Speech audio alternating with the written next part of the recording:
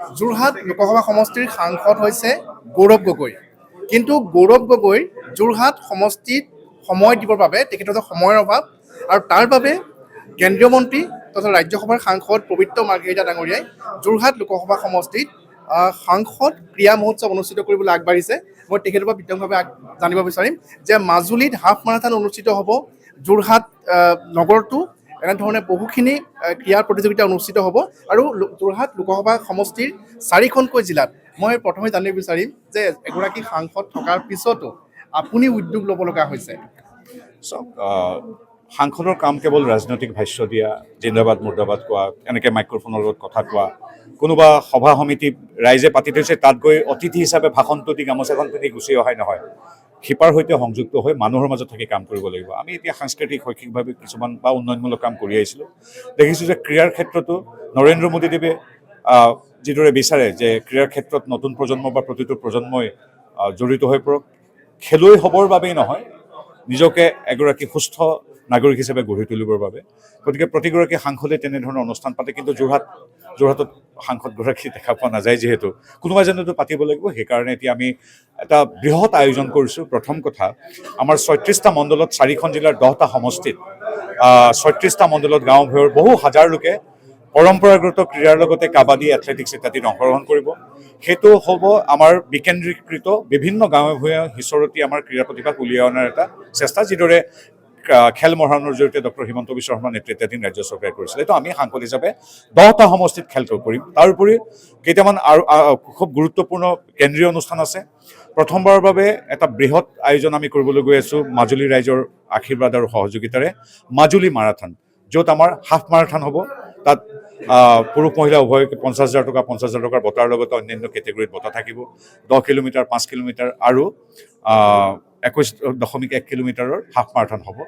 তাত আমি 21 তাৰিখে শুভ উদ্বোধন হ'ব। ঠিক সেইদৰে যোৰহাটত আমাৰ কেইটা সমষ্টিৰ পৰা 10টা সমষ্টি আহি ইয়াত এটা সাংসদ ক্ৰীড়া মহোৎসৱৰ ফুটবল টুৰ্ণামেণ্টত অংশগ্ৰহণ কৰিব, আমাৰ যোৰহাট ষ্টেডিয়ামত হ'ব। ঠিক একেই আমি চতুৰ্থটো ডাঙৰ প্ৰগ্ৰাম হ'ল আমাৰ তিয়কৰ বলমা।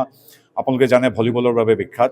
বলমাটো তেনেকৈ 10টা সমষ্টিৰ পৰা ক্ৰীড়া প্ৰতিভাসকলক নিৰ্বাচন কৰি আনি 10টা দলে তাত যোগদান কৰিব। গতিকে এনেধৰণে আমি ব্যৱহাৰিকভাৱে ক্ৰীড়া ক্ষেত্ৰত কিছু সেৱা আগবঢ়াবলৈ স্থানীয় সাংসদ হিচাপে আগবাঢ়িছোঁ। আমি ৰাইজৰ আশীৰ্বাদ বিচাৰিছোঁ। মানে এই ঘটনাটোৱে পুনৰ এবাৰ প্ৰমাণ কৰিছে নেকি যে গৌৰৱ গগৈ যোৰহাট লোকসভা সমষ্টিৰ সাংসদ হোৱাৰ বাবে উন্নয়নৰ যিটো ধাৰা, সেই ধাৰাটো যেন ক'ৰবাত স্থবিৰ হৈ গ'ল, যাৰ বাবে আপুনি আহি সেই স্থবিৰতাটো পুনৰ গতিশীলতালৈ পৰিৱৰ্তন কৰিব লগা হৈছে? মই আচলতে ইমান এটা পবিত্ৰতা বা এটা খুব সৎ চিন্তাৰে মই কাম কৰিবলৈ আগবাঢ়িছোঁ। এই মুহূৰ্তত সন্মানীয় গৌৰৱ গগৈক মই আচলতে সমালোচনা কৰাটো উচিত নহ'ব, কিন্তু মই তেওঁক ধন্যবাদহে জনাওঁ। তেওঁ যে মাহৰ পিছত মান আহে, তাৰ ফলত লাভ হৈছে মোৰ। কাৰণ ৰাইজৰ কাষত মই তেওঁ যিটো সেৱা দিব লাগিছিল, তাৰ বিপৰীতে সেই সুযোগ গৌৰৱ গগৈৰ অনুপস্থিতিৰে তেওঁ মোক দিয়াৰ বাবে মই আচলতে গৌৰৱ গগৈক আন্তৰিক ধন্যবাদহে জনাইছোঁ। 21 তাৰিখৰ পৰা 24 ডিচেম্বৰলৈকে 21 তাৰিখৰ পৰা 24 ডিচেম্বৰলৈকে গোটেই সমগ্ৰ যোৰহাট লোকসভাৰ আটাইকেইটা মণ্ডলত 36টা মণ্ডল 10টা বিধানসভা সমষ্টিত অনুষ্ঠান অনুষ্ঠিত হ'ব। গতিকে আমি সকলোৰে আশীৰ্বাদ তাত কামনা কৰিছোঁ। গৌৰৱ গগৈ আহিব পাৰে, তাত আমিও গামোচা কৰিম। কি কথা আছে? শেষত এটা সুধিব বিচাৰোঁ যে জুবিন গাৰ্গৰ যি ৰহস্যজনক মৃত্যু, ইতিমধ্যে চাৰ্জশ্বীট দাখিল কৰিলে, কি প্ৰতিক্ৰিয়া? একাংশই সেই চাৰ্জশ্বীটক লৈও বিভিন্ন বিৰোধ মন্তব্য কৰা আমি দেখিবলৈ পাইছোঁ। গণতান্ত্ৰিক দেশত বিৰুদ্ধাচৰণ কৰাৰ অধিকাৰ সকলোৰে আছে, কৈছে, কিন্তু এইটোৱে কথা কৈছোঁ যে ৰাজনৈতিক লাভালাভৰ বাবে অযথা জুবিন গাৰ্গৰ দৰে মহান শিল্পী সত্তাক বিতৰ্কলৈ অনা, তেওঁক লৈ উচ্চবাচ্য কৰাটো উচিত নহয়। ন্যায়পালিকা আছে, কাৰ্যপালিকাই নিজৰ কাম কৰিলে, SIT কাম কৰিলে। আমি এতিয়া ন্যায়পালিকাৰ ওপৰত বিশ্বাস কৰি আস্থাৰে ৰৈ আছোঁ। কি হয় আমি সেই অপেক্ষাত। জুবিনক শান্তিত থাকিবলৈ দিয়ক।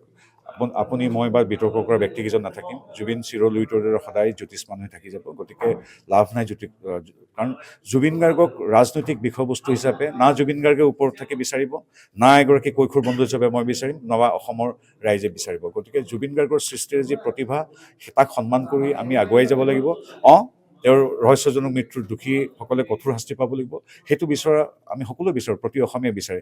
কিন্তু জুবিন গাৰ্গক ৰাজনৈতিক পৰিমণ্ডললৈ টানি আনি বিতৰ্ক কৰি এটা জুবিনৰ নিচিনা এটা মহান সত্তাক এনেকৈ অপমান কৰাটো উচিত নহয়।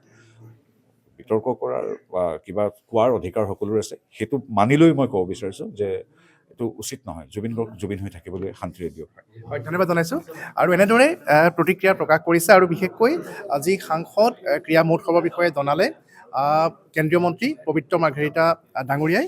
আৰু গতিকে যোৰহাটৰ এগৰাকী সাংসদ থকাৰ পাছতো যোৰহাটৰ উন্নয়ন ইত্যাদিৰ গুৰি ধৰিব লগা হৈছে কেন্দ্ৰীয় মন্ত্ৰী তথা ৰাজ্যসভাৰ সাংসদ পবিত্ৰ মাৰ্ঘেৰিটা ডাঙৰীয়াই, আৰু সেই কথা পুনৰ এবাৰ প্ৰমাণ হ'ল। আপুনি বিচৰা বাতৰি পাব কেৱল নিউজ 18 এপত। নিউজ 18 এপ ডাউনলোড কৰিবলৈ স্কেন কৰক এই QR কোড। গুগল প্লে ষ্টৰতো পাব এই নিউজ 18 এপ।